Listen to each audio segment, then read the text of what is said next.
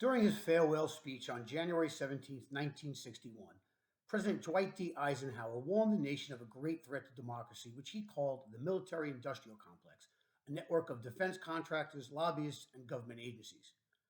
In the early years of the Cold War, President Eisenhower was concerned about the cost of an arms race with the Soviet Union and the resources it would take away from other areas such as infrastructure and education. In an effort to control the expansion of the military industrial complex, Eisenhower consistently sought to cut the Pentagon's budget. Unfortunately, he was not successful. Eisenhower was concerned about the relationship between these civilian corporations and military leaders. This paper will examine those relationships since Eisenhower and how they affected U.S. foreign policy. Every president who followed, from Kennedy to George W. Bush, regardless of political party, did very little to limit defense spending or civilian military contracts. My paper argues that it was Eisenhower himself who created what he referred to as the military-industrial complex, and that future presidents were powerless in limiting its influence. 5 days following Eisenhower's warning, the New York Times published a report titled "The Military-Industrial Complex: An Analysis." The report showed that from the end of the Korean War in 1953 until 1960, federal spending for defense during peacetime had risen higher than ever before. This under Eisenhower's watch. For fiscal year 1959, the total military prime contracts were $21.8 billion, with 36% going to the 10 leading corporations and 53% going to the top 25. Total spending for national security in 1960 was almost $3 billion more than total corporate profits at $45.1 billion. The report also notes that out of an estimated $15.7 billion in spending for scientific research and development, 48% went to national security projects. Eisenhower warning us about the military-industrial complex is similar to Harry Truman warning us about using nuclear weapons after he dropped the bombs on Japan. When most people remember JFK, they recall the president who sought peace. What many don't realize is that John Kennedy increased the military budget and also sent 16,000 so-called advisors to Vietnam. Kennedy was instrumental in securing $1.8 billion for a military assistance program to fund local forces in their fight against communist insurgents across the globe. President Kennedy secured an additional $100 million to re-equip the Army with the most modern material, to include new helicopters, tanks, and howitzers.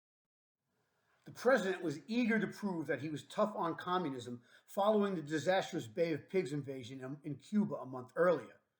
He gave the Joint Chiefs everything they asked for until he realized that they were lying to him. Under President Lyndon Johnson, troop levels in Vietnam increased to around 23,000 troops by the end of 1964 to around 542,000 by 1968.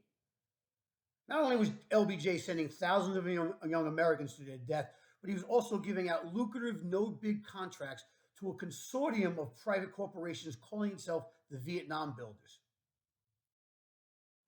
3 of the 4 firms making up the Vietnam Builders ranked in the top 10 of 400 U.S. corporations doing business abroad for 1966. Under Nixon, the U.S. gradually brought down American troop levels, but continued the massive bombing raids. Nixon, who campaigned on a secret plan to end the war in Vietnam, continued the war for 4 more years.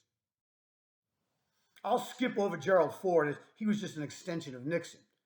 Jimmy Carter is an improbable champion of militarism, as his post-presidency has been characterized by peace and pro-democracy activism. However, his administration from 1977 to 1981 abandoned campaign promises to cut defense spending by $7 billion and initiated budgetary increases that in his final year amounted to the largest in history during peacetime to that point. As president from 1981 to 1989, Ronald Reagan presided over the biggest peacetime defense buildup in history.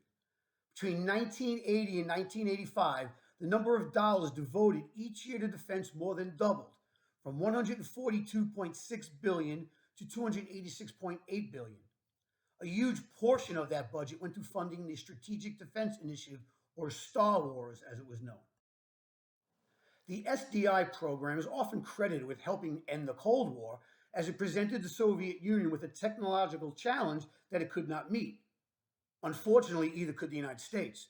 Over the course of 10 years, the government spent up to $30 billion on developing SDI with no real hope of success. When you look at the enormous amounts of research funding given to civilian contractors for SDI, it's easy to ascertain why a program with little chance of success lasted for a decade. The vast majority of Americans supported President Bush's decision to invade Afghanistan following the 9/11 attacks. The two major goals of the invasion were to destroy al-Qaeda and to kill Osama bin Laden. It took us 5 years to destroy al-Qaeda and another 5 to kill bin Laden, but yet we stayed in Afghanistan for another 10 years. The United States spent $2 trillion fighting the war in Afghanistan.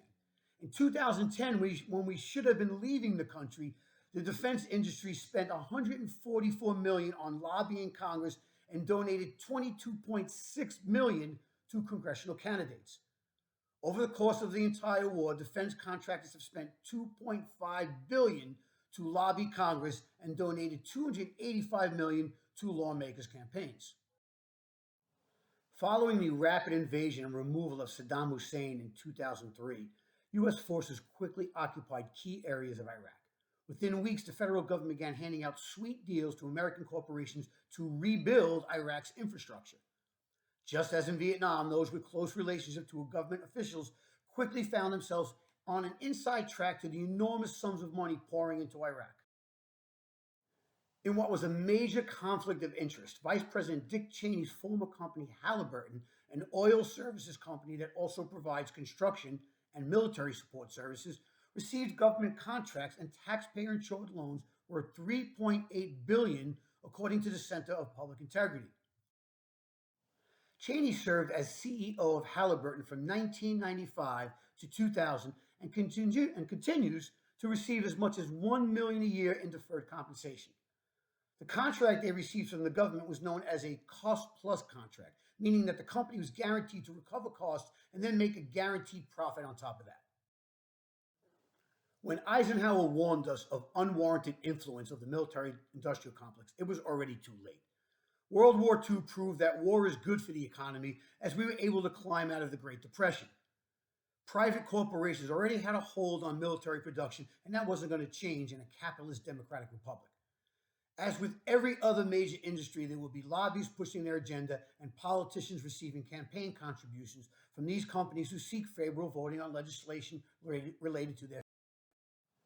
Regardless of political affiliation, every president, including Eisenhower, was guilty of succumbing to the influence of the military-industrial complex.